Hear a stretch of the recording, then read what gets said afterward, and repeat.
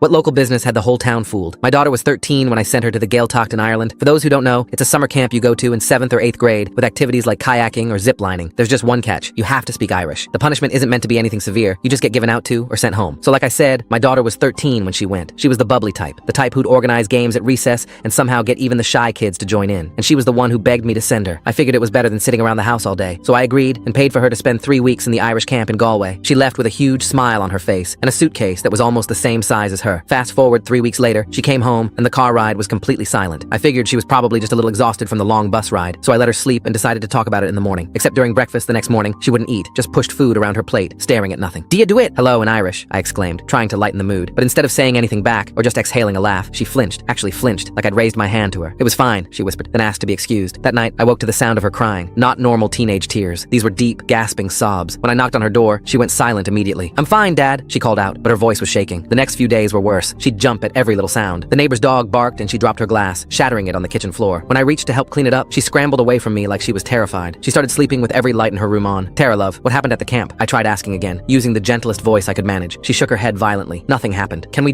not talk about it?" But she wasn't eating properly, wasn't showering unless I reminded her. This child who used to sing in the shower, who'd chat my ear off about everything and nothing, had become a ghost in our house. A week later, I got a group text from other parents, the girls in her school that had gone to Galway with her. "Have you noticed anything strange about your kid since he came back?" "He won't speak Irish anymore," Mary said. More texts revealed the same pattern. Kids who'd left excited came back traumatized. Night terrors, anxiety attacks. One boy hadn't even left his house in a week. Another girl was found hiding in her wardrobe, convinced someone was coming for her. That evening, Tara finally broke. I'd made her favorite dinner, shepherd's pie, and she was picking at it when she suddenly started crying. The story came out in pieces between sobs. "They punished us for speaking English," she cried. I didn't understand what she was talking about, but then she continued. "Turns out, if you spoke English, even by accident, even in your sleep, you were punished, not just given out to, real punishment. The first strike was standing barefoot on gravel for an hour. Second offense was ice baths at midnight. Third strike meant the hole, a storage room under the main building with no windows, no light. Kids were left there for up to 12 hours. No food, no water, a bucket in the corner. I lunged at her for a hug, just wanting to hold my baby girl, but she pushed me off and just kept blurting out more and more gruesome details. The counselors had created a system where kids monitored each other. If you heard someone speak English and didn't report it, you got their punishment plus the adults. By week 2, everyone was paranoid. Best friends were turning each other in. My hands were shaking as she talked. This was my fault. I'd sent her there, paid for it, dropped her off with a smile and a wave while she walked into that place. She showed me her arms, bruises, faded to sick yellow-green now, but I could see the finger marks. "The officers did this," she said. Officers. They were kids too, just older ones. Previous Gaeltacht students who'd been through the program and came back to enforce it. I called the camp that night, got through to the director somehow. "These are proven immersion techniques," he said, like we were discussing teaching methods, not torture. "Your daughter's Irish improved remarkably. You should be proud." I was ready to go nuclear. Full story on channel, link below.